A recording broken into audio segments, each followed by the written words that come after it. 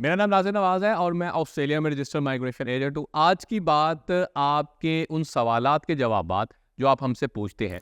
ये जो सवालात हैं हमें एक पर्सपेक्टिव समझने में मदद मिलती है। ये ऑक्सीजन का काम करते हैं इसलिए कि अगर हमने चीज़ों के ऊपर डिबेट करनी है या पर्सपेक्टिव को समझना है तो हमें दोनों तरफ से समझना ज़रूरी होता है। क्योंकि social media is mess media है तो हम एक तरफ से बात कर रहे होते हैं, आपके कमेंट्स जो हैं हमें दूसरी तरफ का तस्वीर का रुख दिखाते हैं ताकि हमें पता चल सके कि आप क्या सोचते हैं या किस किस तरह की प्रोफाइल्स हैं जिनके ऊपर कमेंट किया जा सकता है। तो आज के सवालात मैं पढ़ता हूं और उन सवालात के मैं कोशिश करूंगा कि आपको जवाब दे सकूं।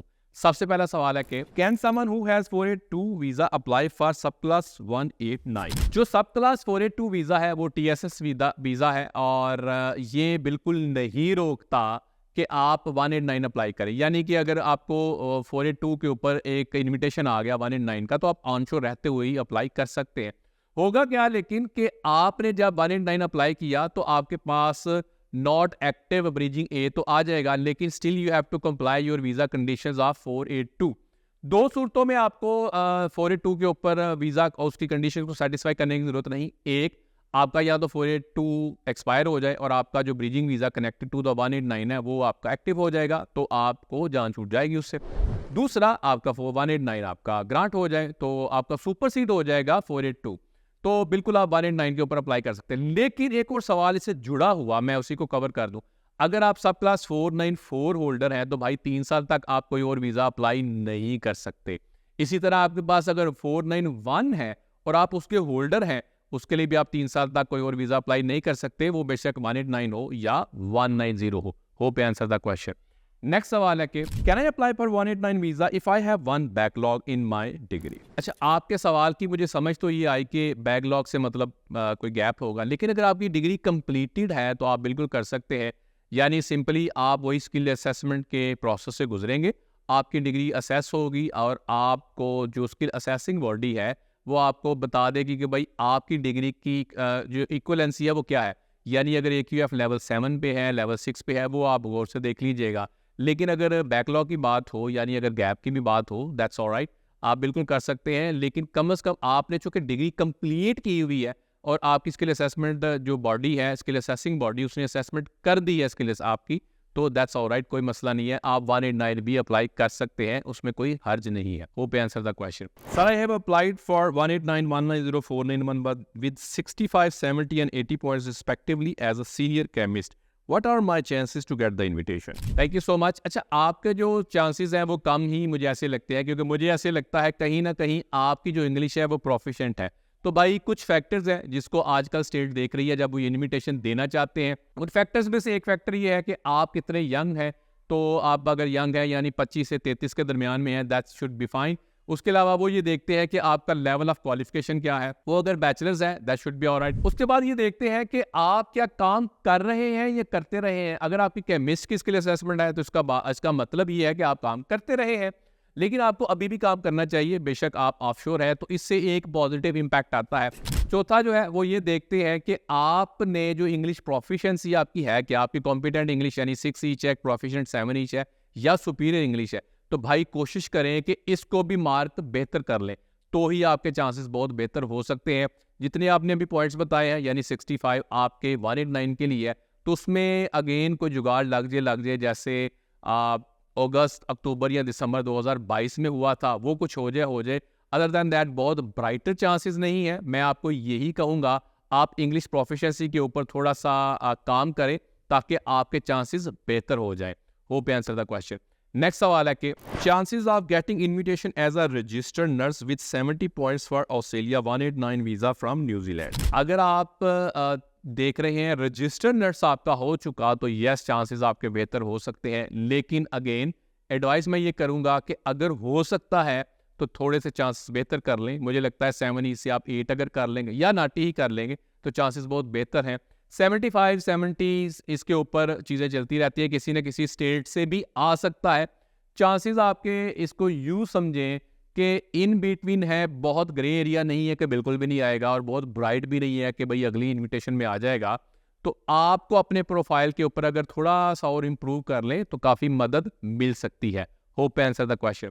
नेक्स्ट सवाल है कि इज बैचलर और मास्टर्स मैंडेटरी फॉर 189? अच्छा, ये बहुत ज़बरदस्त आपका सवाल है कि बैचलर्स या मास्टर्स मैंडेटरी है। तो भाई नहीं है। मिसाल के तौर पे अगर आप ट्रेड कोर्स में हैं, यानी आप कारपेंटर हैं या ऑटोमोटिव में हैं या ब्रिकलेयर हैं या आप ग्लेजियर हैं या इस तरह के किसी कोर्स में है, तो उसके लिए तो आपको बैचलर्स चाहिए ही नहीं।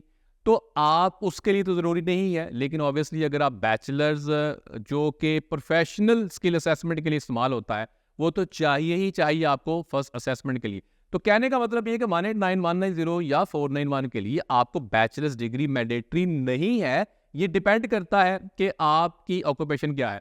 यानी अगर आप ये कहें कि यार मैं अकाउंटिंग में हूँ और मेरा बैचलर्स नहीं है लेकिन मेरा 10 साल का एक्सपीरियंस है, तो बैचलर्स भाई चाहिए कहीं ना कहीं वहाँ, क्योंकि वो प्रोफेशन की स्किल असेसमेंट के लिए आपको चाहिए। लेकिन अगर आप ये कहें कि यार मैं कारपेंटर हूँ या कैबिनेट मेकर हूँ, तो क्या मुझे चाहिए, तो वो तो आपके पास सर्टिफिकेट 3 ही होगा ऑस्ट्रेलिया की इक्वलेंसी के मुताबिक। That should be alright. और बहुत सारे लोगों के इन्विटेशंस भी आते हैं। Hope you answer the question. Next सवाल है कि अस्सलाम वालेकुम, does the family with the Down syndrome child can have PR from offshore through 189-190 visa category? Kindly have to help to know as we are confused we are to initiate the process। जज़ाकल्लाह। अच्छा, इसमें अगर देखा जाए तो जो schedule 4 है 4005 और 4007, अब PIC जो कि ये कहता है कि आपने कुछ हेल्थ कंडीशंस को सेटिस्फाई करना है। अब इसको यूं देखते हैं ये गवर्नमेंट वाले कि भाई आप अगर आएंगे तो कितना खर्चा होगा।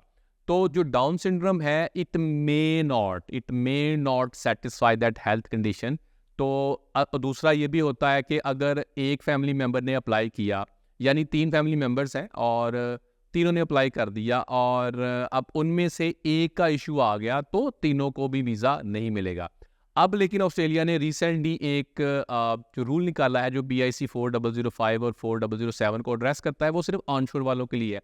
यानी अगर बच्चा ऑनशोर पैदा हुआ है तो उसमें से उसको कुछ एग्जेम्पशंस मिलेंगी। In your circumstances I highly doubt के PR ग्रांट हो सकती है, क्योंकि इसको जाके सारा चेक करना पड़ेगा कि इनके ऊपर कॉस्ट कितनी आती है। और ये कॉस्ट जो है ये बिल्कुल पब्लिश्ड है। ये एक पूरा केस टू केस वेरी करके इसको आगे देखा जा सकता है।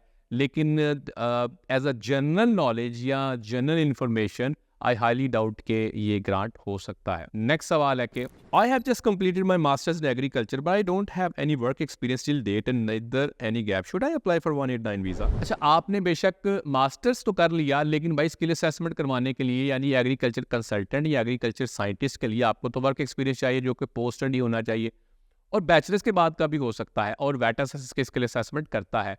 तो आप अगर फ्रेश ग्रेजुएट हैं तो आई हाईली डाउट दैट कि आपकी स्किल असेसमेंट होगी, क्योंकि आपके पास वर्क एक्सपीरियंस नहीं है। वेट असेस रिक्वायर करता है कि आपके पास बैचलर्स और पोस्ट स्टडी वर्क एक्सपीरियंस होना चाहिए। Hope answer the question. Next सवाल है कि can 189 be applied from offshore after visa refusal and waiting for AAT? ये आपका बड़ा ज़बरदस्त सवाल है। इसके अंदर ये है कि आप AAT में हैं, यानी ट्रिब्यूनल में आपका केस है, तो मोस्ट लाइकली आपके पास ब्रिजिंग है। ब्रिजिंग का मतलब ये है कि आपका पिछला वीज़ा एक रिफ्यूज़ हुआ है, आप ट्रिब्यूनल में हैं, आप पे सेक्शन 48 लगा हुआ है। तो अगर आपका 189 का इन्विटेशन आ जाता है तो आप ऑफशोर जाके अप्लाई कर सकते हैं। लेकिन अगेन अगर ब्रिजिंग E है तो उसके ऊपर मशवरा कुछ और होगा। मैं अभी अस्यूम ये कर रहा हूँ कि आपके पास ब्रिजिंग A है, आप ब्रिजिंग B लेके जाते हैं, ऑफशोर से अप्लाई करके वापस भी आ सकते हैं। दूसरा, अगर आपके पास ब्रिजिंग A है, आपका केस ट्रिब्यूनल में है, तो आपके पास इन्विटेशन आता है सब क्लास 190 का और 491 का, तो आप ऑनशोर रह के भी अप्लाई कर सकते हैं। बेशक आप पे सेक्शन 48 लगा हुआ है, लेकिन ये उन वीज़ाज में से है कि आप ऑनशोर रह के भी अप्लाई कर सकते हैं। आपके सवाल का जवाब ये कि 189 ऑफशोर जाके अप्लाई हो सकता है, लेकिन अगर ब्रिजिंग E है और आप जाते हैं और कैंसलेशन थी पीछे या कोई और सर्कमस्टेंसेस थे, तो something other can bite you. अब ये मुझे चूंकि एग्जैक्ट नहीं पता, मैंने अस्यूम यही किया कि आपके पास ब्रिजिंग A है और आप जाके अप्लाई कर सकते हैं। Hope I answer the question. ये आपके कुछ सवालात और उनके जवाबात हो। आई ट्राइड माई बेस्ट कि मैं आपके सवालात के जवाब दे सकूं। आपका सवाल है, कमेंट है, क्यूरी, आप कमेंट बॉक्स में कमेंट कर सकते हैं। हमें सपोर्ट करने के लिए, हमारे चैनल को सपोर्ट करने के लिए सब्सक्राइब करें। Thank you.